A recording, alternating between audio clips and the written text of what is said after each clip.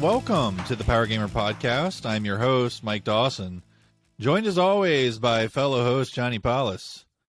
Let's cut right down to business. It was Turkey Day weekend, so we all had a beautiful long weekend away from our respective jobs. I see you've already got the Christmas tree out behind you. I do, yep. And I'm sure you're dying to tell us about your turkey. So, without further ado, how was that turkey? Turkey came out great. We did the herb butter under the skin, and then we did a cheesecloth dipped in melted butter, and we laid that across the turkey so that the butter never left the skin of the turkey. It was butter never left the bird. It never left the bird. The turkey was a grand slam. I mean, I guess I can put my family members on blast. It's not like they listen to this.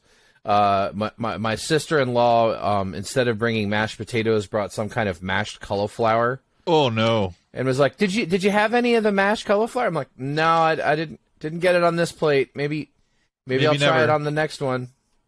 Come on, man. And then another there's hang on. Let's there is no place for substitutes on Thanksgiving. I completely agree, and that was the point. Thanksgiving is the day where you say "fuck it" and eat the real shit. Thank you. That was the point that I was going to make. I understand keto. I understand, all these other diets, and I understand the reasoning for them, and I'm all for them, and I've tried several of them, and some of them have given me great results, and I totally understand why they're there. But even when I was like super strict on my diet, you gotta give yourself a cheat meal every once in a while. Every once in a while, you got to say, fuck it, I'm eating a sub, and especially on Thanksgiving, I'm eating whatever the fuck you've got. I'm going to have a pumpkin pie, even though I'm already full, and then when you say, oh, we got apple pie too, I'm going to go, well, let's see if that'll fit as well. It's Thanksgiving. It's what you do. You don't make stuffing with low-carb bread, which was another thing that happened. What? So I'm just, I'm honestly just like, I just want to do my own just make stovetop. Buy 2 boxes of stovetop, and no one will complain. That shit's awesome. It is awesome. There's nothing wrong with stovetop. Is homemade stuffing better? Yeah, sure, it can be. But as long as you don't use low-carb bread. It was like cardboard, bro. But no, I mean, the turkey was fire. Our honey sriracha Brussels sprouts were fire. The gravy was fire. There was a lot of good stuff. We had some deviled eggs. One of my I guess step brother-in-law would technically be the term. He has chickens, so he had eggs from his chickens for deviled eggs, and they were there was a lot of really good stuff. And it's good to just get family together and have some quality time. So there was a lot of that and a lot of chilling out this weekend. I'm not ready to go back to work, even though I've been off for 4 days. It doesn't feel like it's been 4 days, but I also got to go see my favorite local band last night. The Jarflies were at Metropolitan, and me and Megan went out there and had a good time. It was awesome. So Thanksgiving for me there was no cauliflower anything. Good. Our turkey was thrown in a deep fryer out back, and was quite crispy and delicious. We made basically our fucking heart attack in a tray mac and cheese. We made 2 trays of it this year, which never lasts. Good homemade sausage stuffing, green bean casserole, cornbread, yes, rolls, Lord, deviled eggs. I mean, you name it. One thing my in-laws do right is definitely Thanksgiving. And we just make the mac and cheese and show up. It's like, all right, sit down, eat. We do it at lunchtime. We have literal like restaurant to go boxes, so everyone fills one up with their leftover, and that's it. It's a like wham bam in and out 2-hour ordeal each year. Oh, that's awesome. So Thanksgiving went well. The bigger thing for me around Thanksgiving is Black Friday. I am big on Black Friday. And ever since I got out of working at Guitar Center, I have gone out and done battle on Black Friday. Yeah. Yeah, after working retail for 18 years, it takes a while to lose that sting of like, oh God, it's Black Friday. Because when you're not working retail, Black Friday is great. Yeah, I mean, as soon as I was out, I was like, sweet. I've been watching all these other fucking people have fun on Black Friday. Now it's my turn to have fun on Black Friday. Now it's my turn.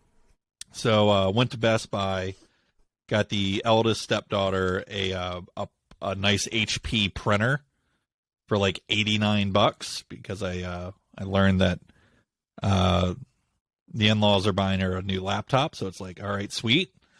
Boom, here's a printer for that. I got the youngest a base that was 25% off. Through Fender.com. Oh my God. Manufacturer direct sale. Bro, if we were still working at Guitar Center, we would be fucking rioting right now. Yeah, and Guitar Center was out of stock on the thing that they had in stock on Fender's website. So, attention, people that work in music retail stores, you might want to start looking for a new job at some point in the next couple of years, or just have some kind of backup plan ready. Because Fender is now selling instruments directly through their website for cheaper than they are in the stores. So that kind of puts the nail there. That shit's going away. Then I went out because I did all my research last weekend on all the like retro gaming stores in Maryland, and dude, I saw you cleaned up. I got a lot of quality pickups this past weekend from a Retro Replay up in Bel Air, Maryland. So in one shot, I got Deadly Premonition for the 360. Okay. Yeah. Cold Fear for the 360, or the PS2 rather. One of Johnny's all-time favorites, a like dead mint copy of Soul Reaver for PS1. Yes. And now here's where things get interesting. Silent Hill Homecoming for the 360. Silent Hill Downpour for the 360. Silent Hill 4 The Room for PlayStation 2. And Fatal Frame for the PlayStation 2. Fuck yeah. So I went hard in the paint at Retro Replay, and I mean it was great. I also went over to Play Raven, and I got some classics there too. I got picked up a copy of Rock Band 2 because like I have all my Rock Band stuff working, so that's probably going to be a thing when friends come over. Cold Winter, the old Sierra first-person shooter, I picked that up. Legacy of Kain Defiance. Nice. So I've got 3 in the Legacy of Kain collection now. Hell yeah. I picked up ICO, which I guess is sort of like the prequel-ish to Shadow of the Colossus. It's correct. It's a related game. And one of my favorite pickups I got was Capcom Classics Collection Volume 2 for the PS2, which has some of my all-time favorite games on it, like Knights of the Round. It has that on it. But another game that we're going to talk about later that I actually completed. So Black Friday was pretty fantastic and had a good outing at the video game stores. It seemed like they were very busy, so I'm always happy to see local businesses doing well. And of course, I'm always happy to see physical media thriving. Yeah. Which at a place like that, yeah, that's all you're hell yeah. That's all you're dipping your toes into. So ladies and gentlemen, welcome in. It is episode 94 of the Power Gamer Podcast. Many things to discuss this week, but as per usual, we're going to begin this week by talking about what games we've been playing. Johnny, let's go with you first. I think I've gone first the past couple of weeks here, so why don't you get us kicked off and tell us about what you've been playing this week? The same 3 games as last week, but I've been going hard on all 3 of those games. Ghostwire Tokyo, I got kind of to the first sort of twist in that story. I I'm getting the combat is starting to get a little bit more difficult, which is good because it was really like my only gripe with the game is like, I think I mentioned it last week, is like it just felt easy. It's like every single fight I got into was just like mopping the floor and no one even touching me, and now it's like things are getting to me, things are hitting me. It's okay. I'm enjoying the game now. The story is still a big pile of I don't know what the fuck is going on, but it's getting there little by little. I'm still digging it though. It's awesome. Thank you for the recommend again. And several more playthroughs of God of War Ragnarok. I am officially to the point in that game. Last week I had mentioned that it didn't really have its hooks in me. The hooks are in me, and I'm probably going to be going really, really hard on God of War this week because I want to try to take it down or get close to taking it down before the end of the week, because my most anticipated game of the year comes out at the end of this week, Midnight Suns. But God of War Ragnarok, it's so hard to talk about this game and keep it spoiler-free. Then don't. But, yeah, no, don't worry. I'm not going to spoil anything. But there is some twists and turns and new characters that I didn't see coming that are adding a lot. And, I mean, if you liked the last God of War, it's more of that, and that can't be a bad thing. And Marvel Snap. Good Lord, Marvel Snap. Yes. Yeah, me too. It's actually been really good for my channel. I've been streaming to 10, 12 people the last few nights. People coming in, helping me with decks. I now have a deck that I climbed 10 points on the ladder in like 24 hours. And the whole premise of the deck is I know you're a big fan of the ongoing Spectrum decks, right? Yeah, it's a quick ramp. Yeah. So you do Wong into Spectrum. Okay. Because Wong causes on reveal ×2. Yeah. So instead of Spectrum boosting all of your ongoings by 2, she boosts all of the ongoings by 4. And they never see it coming because they'll be going really hard in this lane. They'll think that one's wrapped up because they got a pretty decent lead on it. And you get 8 cubes all the time because they don't see it coming.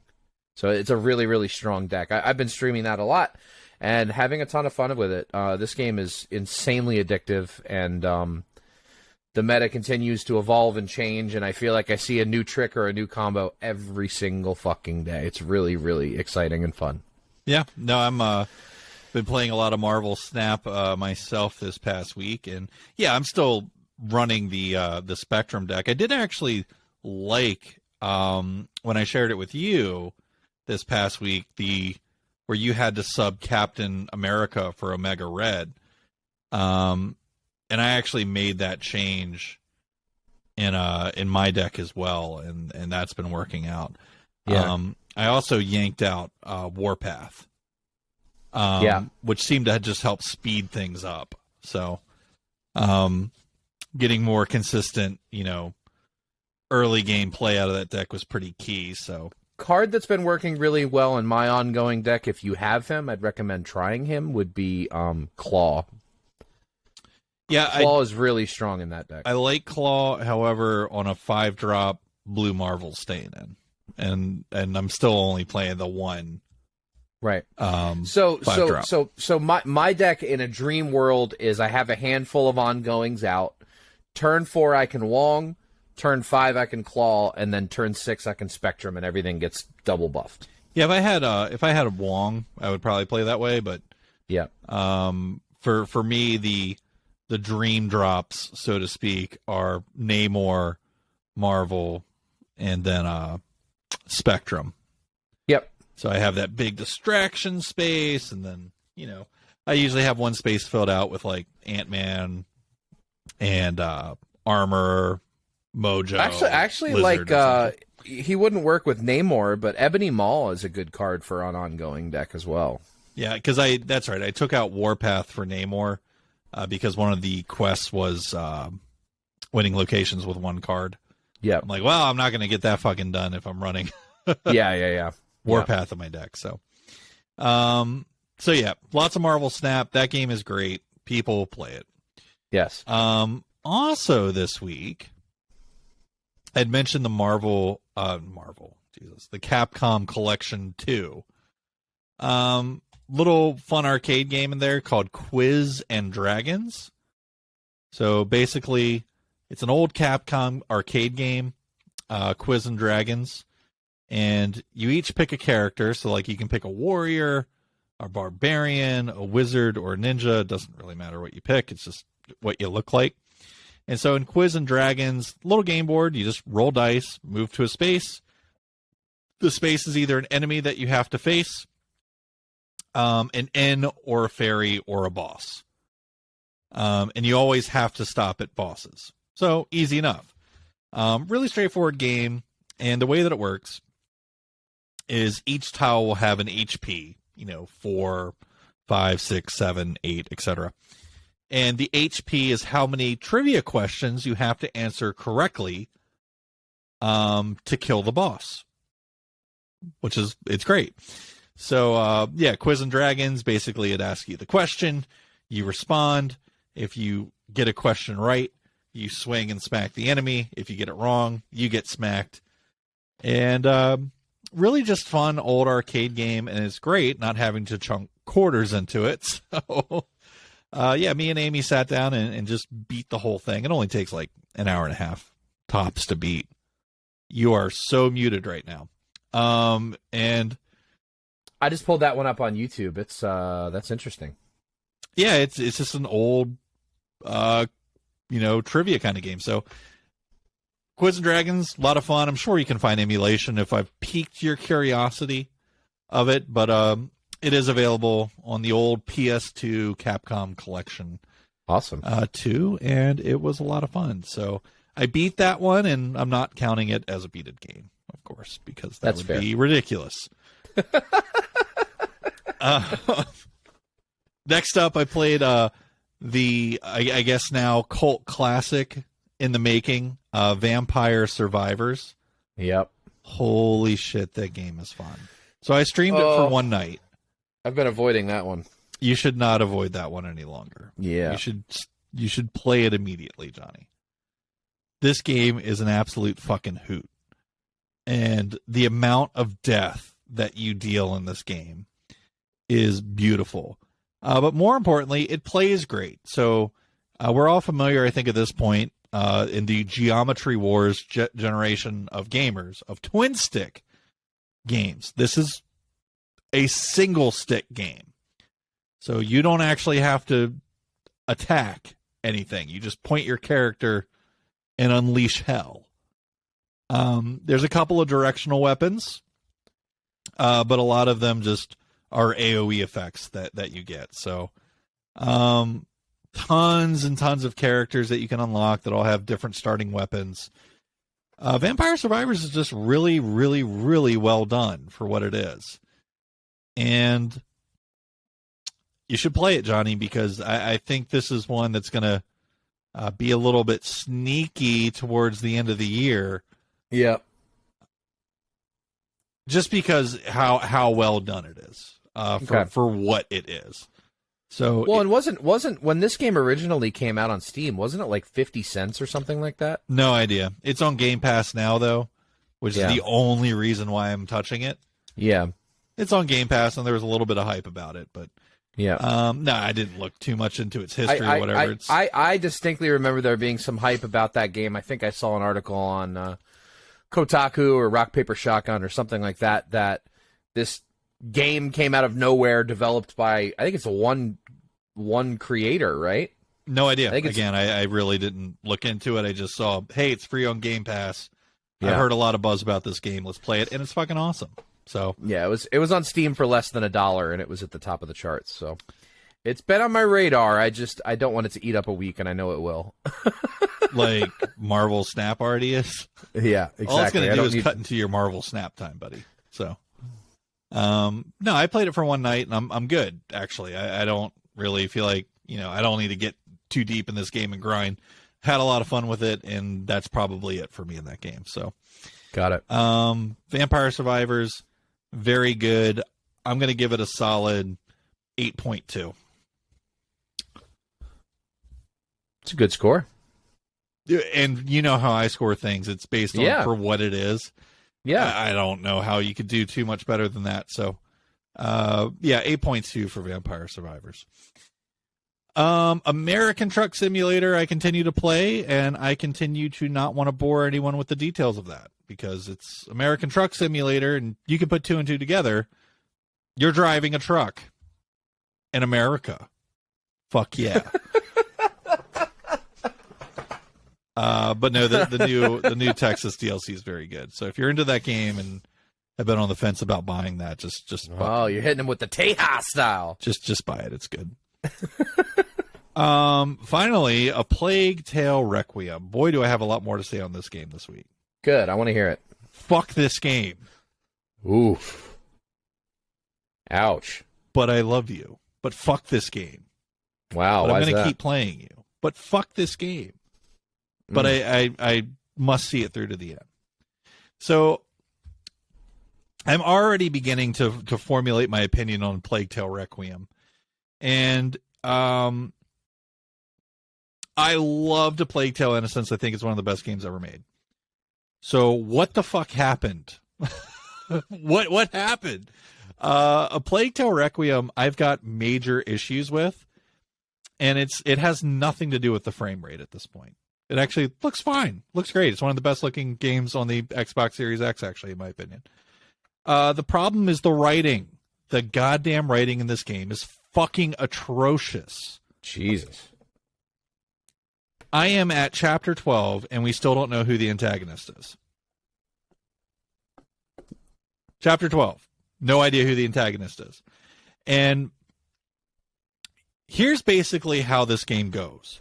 And I actually seriously want to look in to see if the writers from the first game didn't come back or something, because this is such amateur bullshit. I'm losing my mind with this game. The game starts out and it's like, okay, great. Here we are. We're picking up right where the last game left off. We're trying to get Hugo cured, yada yada. Let's try and stop the rats. Great. So you go to this city, you find this guy that's supposed to be able to help. And lo and behold, he doesn't. He doesn't help. And all the rats come, kill everyone in the town, including the guy that's helping you, but you and your family, you narrowly escape. Great. So I'm like, all right, well, that didn't work out. So now we've escaped. And now there's this dude who's big and scary, who's hunting us through the woods because we're bad people. And we make this new friend, and he's got a boat. And we're riding down the river on this boat. And then he gets fucking killed. And spoiler alert, dude in the boat got killed. Dude, just listen to this. I'm saving you people misery. Oh my god. Okay? Big scary dude smacks you in the face, but doesn't kill you, even though he's supposed to want to kill you. And then you guys go off on your own quest, and then it's 10 minutes later, you find this guy out in the woods that bashed you in the face, and now he's your friend and he's in your party. So he's no longer the antagonist. So you're starting this quest with this guy, and it's like, all right, we need to get a boat to go to this island so we can find a cure. So you do all this shit, you get on a boat, you go to this island, right? And you meet this new character along the way, and she's kind of part of the squad now too. So you get to the island, and your friend, the guy that bashed you in the face, that's now your friend. Yeah, he goes fucking nuts and gets thrown in jail. Now he's just gone. And you've got this new person. So you're running around this island, right? You're running around this island. You're muted again. And you are doing all this shit to try and find this cure or whatever. And things just keep getting worse and worse. But eventually, you start to realize that these characters have no idea what they're doing. There's no direction. So at this point, we have absolutely no antagonist. We've come all this way in this journey. We're more than 2/3 the way done with this game. We're closer to 3/4 the way done with this game. And we've landed on this new space. And it's like, okay, we're here. But what do we do now? And so the quests from that point forward are basically you trying to guess where to find this cure that appeared in a dream to your brother, and you have no idea. I see you like making this face, like trying to comprehend. It's that incomprehensible, the plot of this game. So eventually, Wow. It's like, well, let's go to this temple and see if we can find something there. So you go to the temple and you don't find anything, but you get a lead that, hey, maybe over at this tower we'll find something. So you go over to this tower, and it's like, I can see a fort from this tower. That fort looks like it might have something in it. So then you go to this fort, and Nope, it's not here. no, you find this ring, and it's like, this ring's actually a key to this space in the first room that we saw when we got to this island. So then you go back to that room, and you go into this door opens up underground, and I'm like, here we go. Finally, some cool shit's gonna happen. And there's like this huge, like awesome underground level and shit, and all these rats and puzzles and stuff. And it's like, I think we're finally gonna find what we've been looking for. And so, like, this part of the game goes on for like 2 hours, fighting and clawing. But the whole time, your little brother Hugo's like, I don't feel good. I think we should go back. This feels wrong. We should go back. We should really turn around and go back. And the whole time you're like, no. We're going to push forward and find what's at the bottom of this place. Right. So you get to the bottom of this place. I'm like, all right, here we go. Here's the big payoff. Yep. And you get to the bottom of this whole big dungeon. And without being spoilery at all, basically what happens is the characters go, oh, wait, there's not anything down here. Shit. Rats appear. And then you do a Crash Bandicoot Temple Run style escape where you literally run back the whole way. So after traumatizing the fuck out of your little brother for like 2 hours, it's just like, I think we should go back. I think we should go back. All you end up doing is just going back. And then when you get out of this whole excursion, you're standing there going, man, what do we do next? We don't have any leads at all. And that's where I left off. So comparing that to the first Plague Tale game, yeah, where there's this beautifully crafted story where you always know what you're doing and you're always working towards something. Yep. Ladies and gentlemen, let me just explain something to you about good games, good stories, good movies. The audience has to know what the fuck is going on. There's very few exceptions of this. There are very few, but there are some. Movies like Fight Club. That's an exception. Memento, another exception, where the person watching can have no idea what's going on until the end, and it's fine. Yeah. But that doesn't work here. This doesn't work in a video game like this. And either this is going to be one of those kinds of stories where I have no idea what's going on until the end, or the writing's bad. I'm going to bet on the latter, that it's just bad writing. So I don't like this game yet. Well, and when you were going through your description of the hellscape of the story and where you're at so far, you know, I was thinking back on the first one, and the first one is like 2 seasons worth of television. I mean, like, so much shit happens in that game, and there's so many twists, and there's so many, like, holy fuck, he's kidnapped? What the fuck are we gonna do? I mean, there's so many huge, we gotta go. Like, you have to have narrative drive. You have to have a reason to do what you're doing. Dude, the scene in the first game where dude's pushing the cart and giving you cover and sacrifices himself just so you can get past one hallway. Yep. Yeah. Yeah. So I don't know what's going on with this game. I don't know why it's reviewing better than the first one. Yeah, that's weird. I'm really confused by it. So I'm in too deep. Maybe it's got a really great payoff at the end. I'm in too deep. Yep. I have to see it through. But I will say that in the first game, I knew who the antagonist was within like the first hour.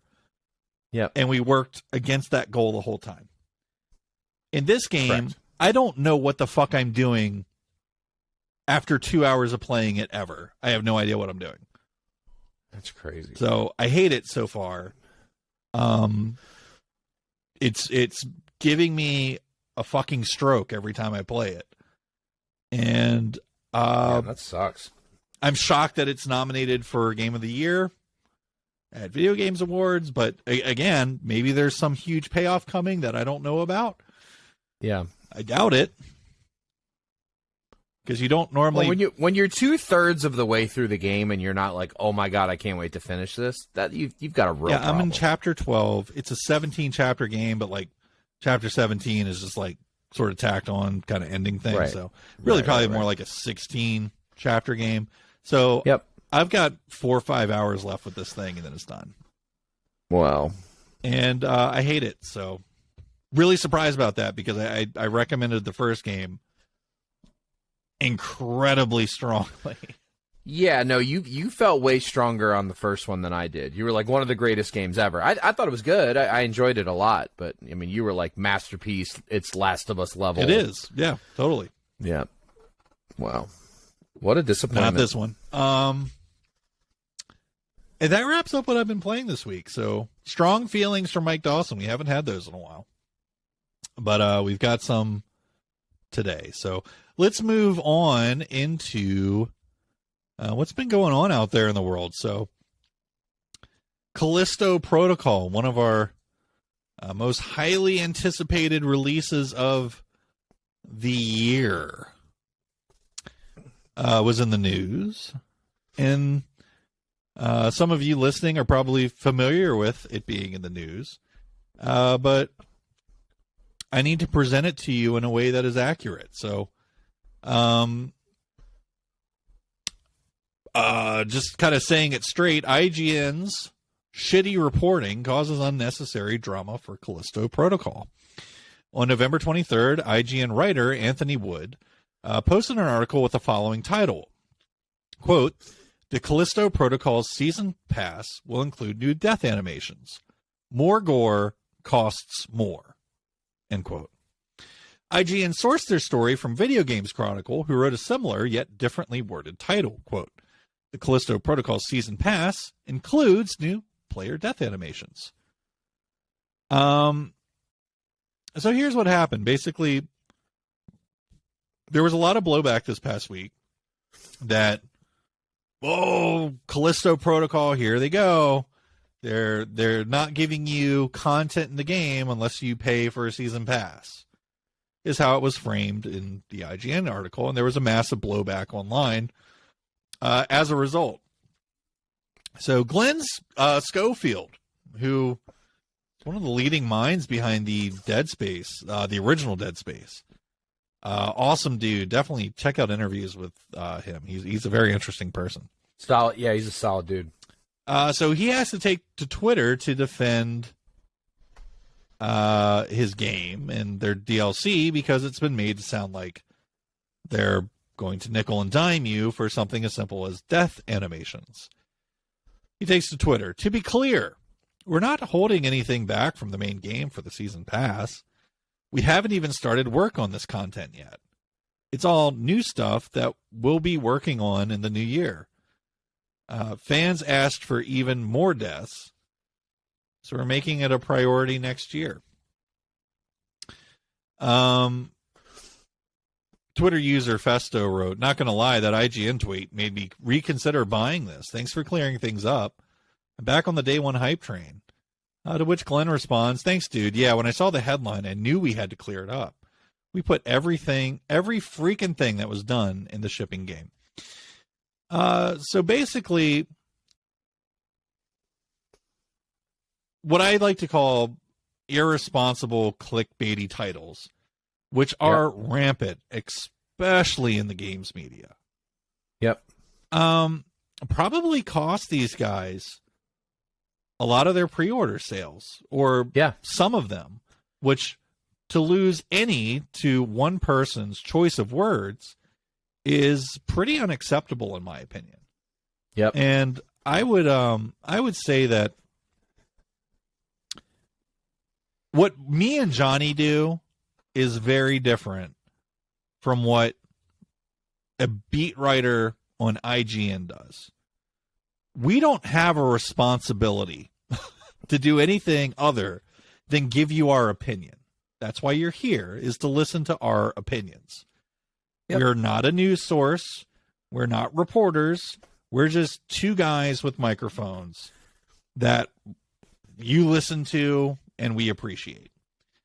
When you are writing for a news source, when you're reporting news, you need to report facts, and you need to get your facts correct, and you need to use language that represents things in a factual way. So the irony for me is looking between a news site that we consider to be very reputable, which is Video Games Chronicle, which says it correctly. Callisto Protocol Season Pass includes new player death animations. Great. Versus the one posted to IGN, who is purely a recycler of news. They don't do any of their own actual reporting anymore. That's not wholly true. They do a little bit, but they don't break anything. They just recycle news that's posted to other sites. Yep. And the tone throughout Anthony Wood's article is pretty clear that he's writing it with a negative connotation. And to put "more gore costs more" in his title, that has a slant to it. So, Johnny, I guess that's what I have to say on this. Let me turn it over to you. What are your thoughts on what's transpired this past week with Callisto Protocol? Well, I mean, I think you already hit the nail on the head with, I think the problem with modern reporting in the internet age is that everybody is trying to get that viral click. Everybody's trying to get the headline that will get people's attention, right? Just saying Callisto Protocol Season Pass will include additionally added player death animations, not going to get a lot of clicks. But somebody that says more gore costs more, and then you read into the article and it's like, yeah, if you want all the death animations, you're going to have to pay more money. But they're really not all that clear about, like, in December, they're going to ship a fully realized, completed product the way that they intended. But if you spend the extra money on the season pass, here's the list of all the other things, all the other new things that they're going to add. It's so shittily worded. And I expect more from IGN, and maybe I shouldn't. Yeah, I wouldn't expect much from IGN. Is kind of the takeaway, which is a bummer. I mean, IGN was the website we fucking grew up on. I mean, IGN was the video game website. So to see them take such a weirdly slanted take for no reason. I mean, just like Glenn Schofield on a fucking Thursday night just catching stray bullets going, what the fuck is going on? Yeah, they're doing their best Kotaku impersonation. So, I mean, they laid it out in the season pass for the deluxe digital edition, all the extra stuff that you're going to get, and that for each one of the bundles, they include new player death animations. So this is not a case of, we had 47 player death animations, but we're gonna put 8 aside for this bundle, and we're gonna put 15 aside over for that bundle. You have to pay us more money if you want all of the content. Like, no, that at this point, Glenn Schofield has shown that he cares about the quality of his output. Period. He's not just there for a paycheck. Go on YouTube and watch the video of how long it took them to get the level right in Dead Space, where the tentacle monster grabs you by the leg and drags you down a hallway. That almost broke the whole game. It took them months and reworking the engine, and everything had to be just right. And there are many, many, many, many other video game developers that would have just said, fuck it, scrap it. And he didn't. He said, we're doing this, we're doing it right. It's got to be just the way I envision it. I mean, so we've seen in the past that this is somebody who truly gives a shit, and it's really lame to see arguably the biggest video game publication website put a shitty, slanted, clickbaity title on an article. They should hold themselves to a higher esteem than Here's that. the other thing that annoys me. Okay? Because IGN did annoy me here. But you know what annoys me even more than IGN? The people who reacted to this negatively. Yes. Yep. I can't stand this shit. It's like, Yep. At no point when I read any of this stuff before there was clarification from Glenn Schofield, how many death animations do you need to be satisfied with the game? Right. Oh, right. What, I'm only going to have 30 death animations? Unacceptable. You're over at your buddy's house next year, and he's playing the season pass, and you're like, oh, I didn't see that player death animation. I want a refund. That's such Are you bullshit. fucking kidding me, people? It's so dumb. It's like, how many death animations are in the game to begin with? Have we even covered that yet? Do we know? Probably. I don't know. What percentage is being added here with 12? What percentage increase are we having in death animations? Well, and gives a fuck? we've talked about it in the video game community, and lately, in the last 4 or 5 years, the negative hype has been so strong on so many titles, and we have seen so many video games killed before they're even released because of a trailer, because of like Battlefront 2 is a fucking awesome online first-person shooter Star Wars game. It's fucking rad. The campaign is good. The multiplayer is good. The co-op is good. They continued to add tons of shit, but millions of people skipped that game because of the trading card system. Now, don't get me wrong. The trading card system was definitely some EA bullshit, right? Because it was going to offer an opportunity to pay to win, right? What did they do? They completely changed the way that the trading cards worked. Before the game was even released, it didn't matter. It was too late. That game was fucking DOA because of negative hype. Yeah. People read a headline and go, well, skipping that one. And it sucks. Like who in their right fucking mind would skip playing one of Glenn Schofield's signature games over 12 death animations? Certainly not me. And yet there's throngs of people on Twitter raising hell, and I'm just like, number one, fuck all these people. If I'm the guy making the game, I know this is counterintuitive to like selling video games. Yes. But fuck all these people. I don't want them playing my game. I actually don't want them anywhere near me or anything that I create. I want them to all be flushed into a black hole into the abyss and stuck in a time loop with Dormammu until the end of times.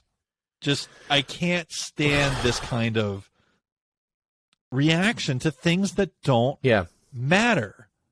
We're actually going to talk about something that matters a lot here in a second. Yeah. This our next story ties up well, but this actually reminds me of I got in a Twitter argument with somebody about a month and a half ago about Black Panther: Wakanda Forever, and this guy was like shitting on the movie because they didn't recast T'Challa. So he's like tweeting about how bad this fucking movie's going to be. And my only response to him is like, just wait till it's done. Like, Coogler made a great film. Let's see what he does with the second one. None of us have seen it yet. You've seen a trailer and you're hating on it. Like, just can we wait until the art exists to shit on it? The same thing happened with Rings of Power. How many millions of people did not watch Lord of Rings, Rings of Power, because of some negative hype, some bullshit clickbait headline? It's stupid. Wait till the thing exists and play it. Or don't. Actually. Or don't. Just don't. And we'll leave you Callisto behind and we'll all go have fun with our thing without these losers. But if Callisto Protocol comes out and it's a huge steaming pile of unplayable shit, we'll tell you that. And then it's okay and it's suitable to have a clickbait. Spoiler alert. To have a clickbait. Going to be awesome. Yeah. I think so. I think we're in for a great game. And so anybody I can't stand this. Again, it started happening about 4 or 5 years ago where people start shitting on something that doesn't exist yet. And I can't stand, okay, you didn't like the trailer. Wait till the game might still be great. The movie might still be awesome. I've seen plenty of movie trailers and went, I don't know, and then I love the movie. You're right, and let me add something onto that, and then we'll move on.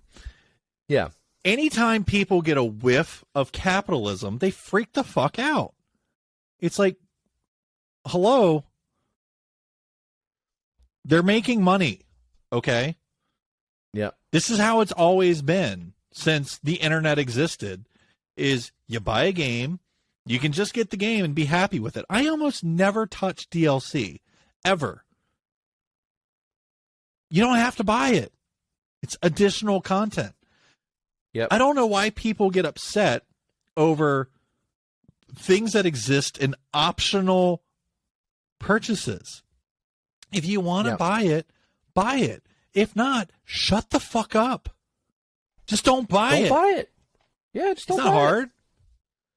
Yep. So, yeah, I mean, just seeing the hive mind go off about death animations, I just wanted to fucking run these scissors through my fucking eye socket. I just couldn't believe. Well, like two weeks ago, I rightfully, in my opinion, called out Ubisoft for the way that they handled the ending of Far Cry 5 into Far Cry New Dawn, because it felt like it was required content for both. It didn't feel like a complete story when I rolled credits on Far Cry 5. And I think that's a headline that, if I were writing about my experience in playing Far Cry 5 and Far Cry New Dawn, when I rolled credits for New Dawn, I felt satisfied.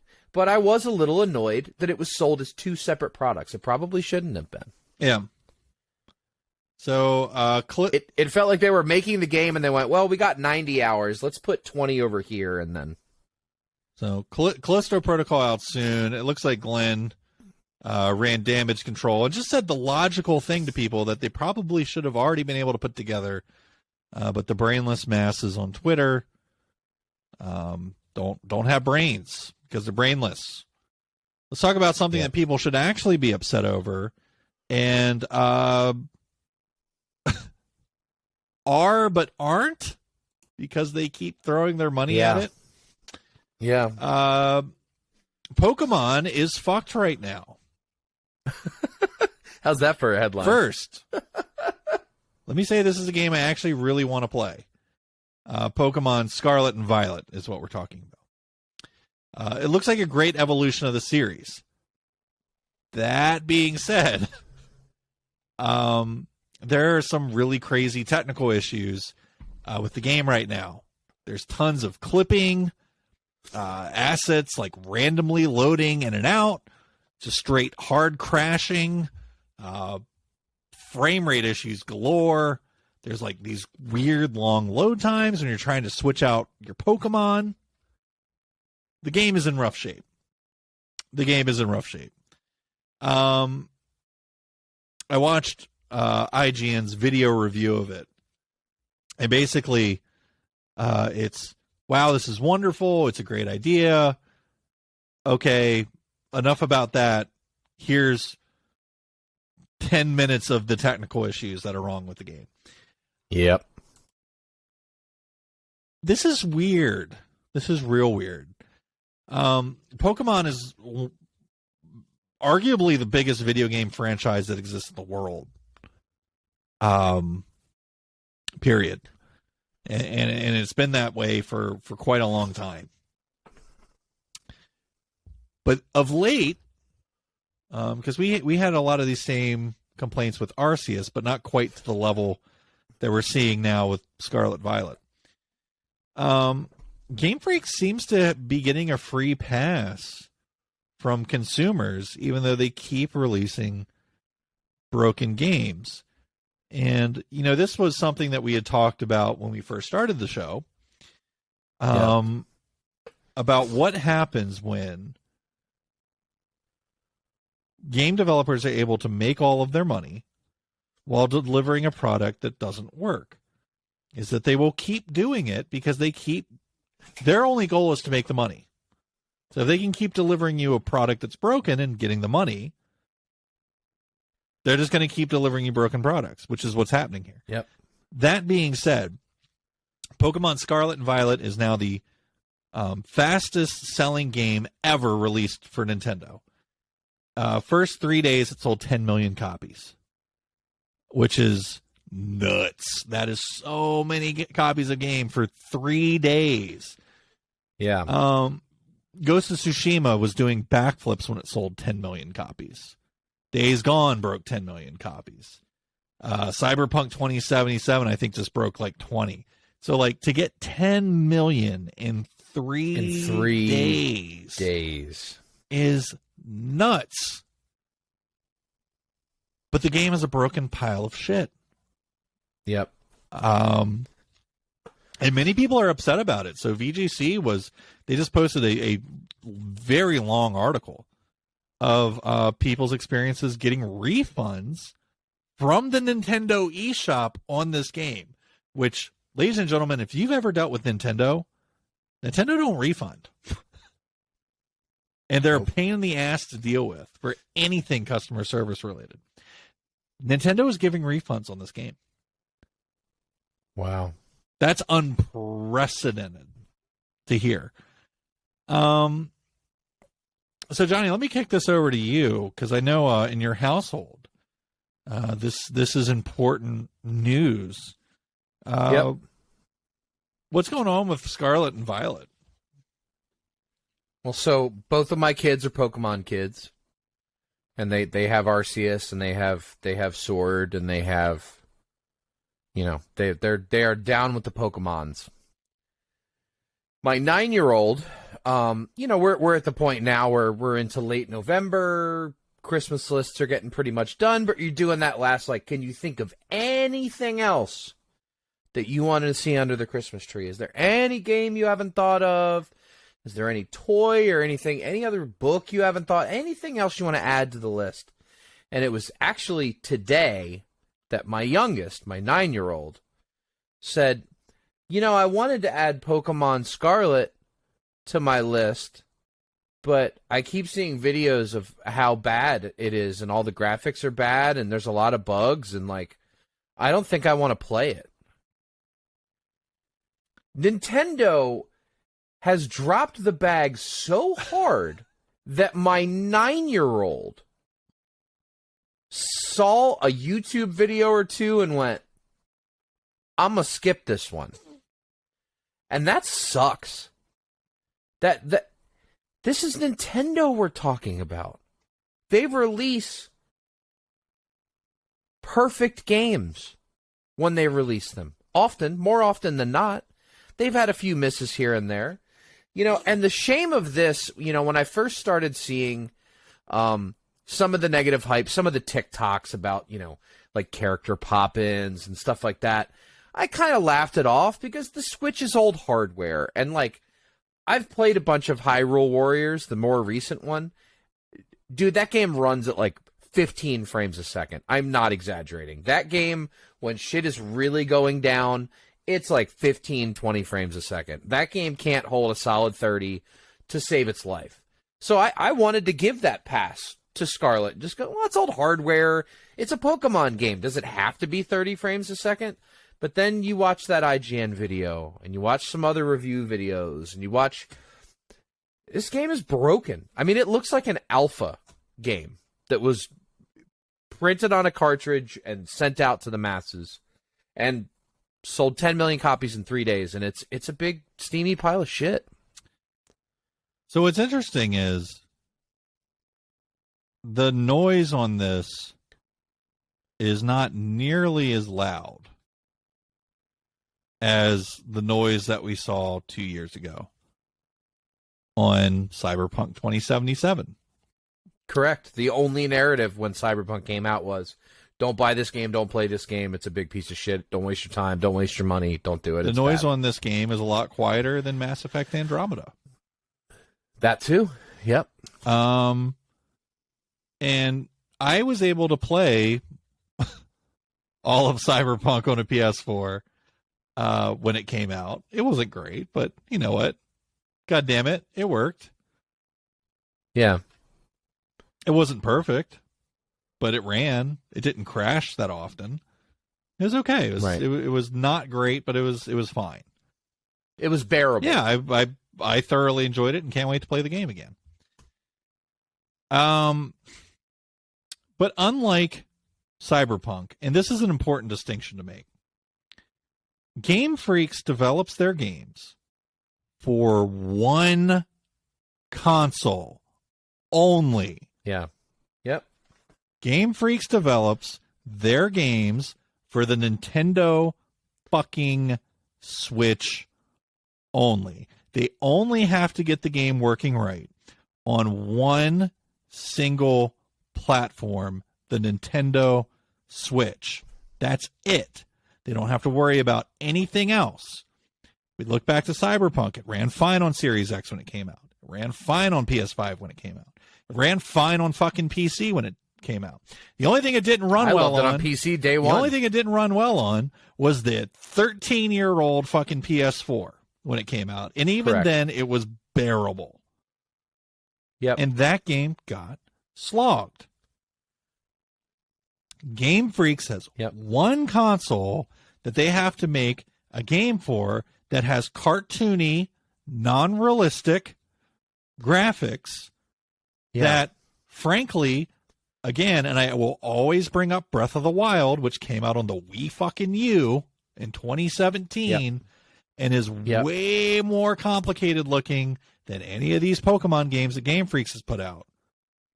Amen. And they can't seem to fucking figure this out. And they keep releasing unfinished product.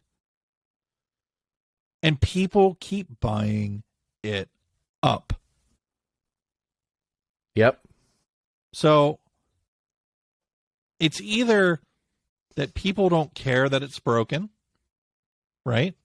I don't think it's that. Yep. I think people mind the bugs, the clipping, etc. It's that people love Pokemon so much that they're willing to give it a pass. Yep. So what we call this is when someone loves you so much, right, that they will put up with this. It's called an abusive relationship. That's what it is. Game Freaks is the drunk daddy who comes home and beats the fuck out of you, but then you still love him. And it's no bueno. So it's unfortunate that Game Freaks continues to get away with this. And I'm kind of bummed out for people that this is happening. So well, and that's the thing is like I want my kids to enjoy this. I want my kids to play it. I mean, from what I've seen of the game, the things that work I think are awesome. But I mean, back to your point with like, again, I know the Switch hardware is old, but like seriously, if you haven't seen the YouTubes of this, go on YouTube and just search Pokemon Scarlet, Pokemon Violet, whatever. And I'm telling you right now, it looks like a game that was designed to run on an iPad 2, and you're trying to run it on a $70 Walmart tablet. And like, it's kind of running. It's sort of playable, but like, I mean, it's so bad. There are full scenes where the animation of all the characters in the background look like they're 2 or 3 frames a second. Like, it's just, you can't make excuses on how bad what I've seen is. Again, it's not just occasional frame drops. It's not just occasional pop-ins. It's so shittily optimized that it looks like an inferior product, and we're not used to seeing Nintendo. And remember, and this is the second time in a row. Arceus looked like shit, and this game looks like shit. It's not optimization if it only comes out on one platform. It's called just not getting it right. Well, I mean, you still have to optimize the game on the hardware that you're running it on. You still have to make it, adjust things so that it plays the way that it should, and they're not doing that on the Switch. It's just ridiculous. Well, that's all they have, though, is my point.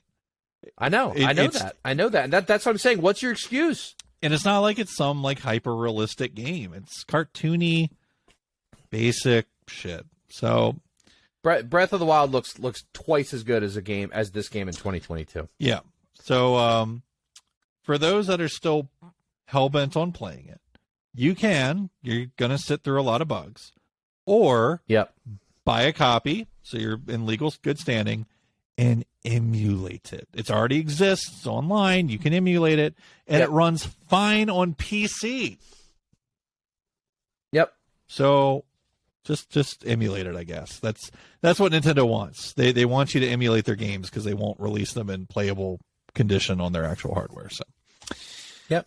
Ladies and gentlemen, that brings us to the very last segment of our show, and that segment is, of course, called One Up. I don't know what's going on with this fucking thing in Riverside today, but like soundboard's not loading up, and we're all good. We made it to the end. We're fine. Wait. Maybe? Oh, now it's just going to do it some random time. I'm scared. Okay. That's fine. Ah! There it is. Yeah, buddy. Woo! Ladies and gentlemen, that's right. It's time for One Up. Johnny, your One Up, please. Yep. Andor stuck the landing. Andor stuck the landing so fucking hard. Last time I talked about Andor, I think we were maybe about halfway through the season. The season is now done. 12 whole fucking episodes of this show. This is my favorite Star Wars since the original trilogy. It's better than Mandalorian. It's better than any of the other movies. This is the best Star Wars thing that we've had since Return of the Jedi. I can comfortably say that. The character building, the world building, the writing, the acting, the cinematography, just the level of care and detail and just pure fucking execution. It is so fucking good. And the fact that it's just so crazy to think that we live in a world where the guy who did Chernobyl just gets handed the keys to Star Wars and he goes, ooh, I want to do like early days with the Rebels. Let me take that character from the Rogue One movie. And, I think most of us heard, like, why is Andor getting a TV show? But it's because this is the era that we want to see. We want to see, the person in the street throw a brick at a stormtrooper to start the riot. Like, we never really got any of that. Like, we came into Star Wars where the rebellion was already like a full-blown military, full-blown operation. It's like war. But Rogue One showed us that other side of the rebellion, that, people on the streets taking down a tank with, wrenches and hammers and shit. No, Andor is the best Star Wars that we've had since the original trilogy. I'm stunned at how fucking good it was.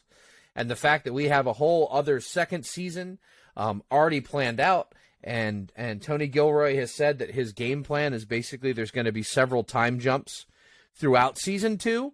So season 1 is all takes place 5 years prior to Rogue One. And then season 2 is going to be a couple episodes here, and then jump a year, a couple episodes here, and then jump a year, a couple episodes here. So it's fucking awesome. And if you haven't watched it yet, if you're a Star Wars fan, I don't know what you're waiting for, but I'm here to tell you that this is the best Star Wars we've had since I was fucking riding my big wheel around my neighborhood. My One Up this week is a movie. Ooh. One of the best movies I've seen probably in about a decade. It's on Netflix, and it's called All Quiet on the Western Front. Okay. Which is a new telling of a classic tale. But holy shit, is it good. So if you're into war movies, if you're into just the most brutal shit ever captured on screen, this is a movie for you, my friends. Because All Quiet on the Western Front is easily the most fucked up, visually visceral gore fest of a war movie that I've ever seen in my life. And I've seen them basically all. So check out All Quiet on the Western Front. I strongly recommend watching it in German, which is what the film's native to. The film follows German soldiers during World War I. And that's about all that I should say about it, other than you should watch this movie if you're into war films. So, All Quiet on the Western Front on Netflix. You are struggling with your own mute button today, like I've never seen before, Johnny. I'm sorry. I apologize. I'm muting it for no reason. Yeah, for people listening, Johnny likes to blow fat clouds with his vaporizer. That's right. And he does he is considerate enough to mute his microphone when he does so, but probably that's like the fourth time today where you've forgotten to unmute yourself, and I've never seen you forget before. I guess I'm still in a food coma. I think is all it is. So that's about all I've got for this week. Johnny, any closing thoughts before we get out of here? No, just don't stress yourself out with the holidays. I know this time of year can be tough for some, and figuring out how you're gonna make it all work, and just like don't the holidays are about being together, and as long as you're able to get your loved ones together and just try to keep that Christmas spirit and or Hanukkah spirit or Kwanzaa spirit or whatever holiday you may celebrate, just don't let it get you down. Don't just try to especially as a parent, like I get it. Put your head down and get through it. You're going to be fine. And max out those credit cards. Max out those credit cards, baby. Swipe, swipe, swipe. Ladies and gentlemen, we will, of course, be back again next week with another episode of the Power Gamer Podcast for you to enjoy. Until then, I'm Mike Dawson. And I'm Johnny Pollock. Tune in next time. Take care. Catch you on the flip-flop. Oh, yeah.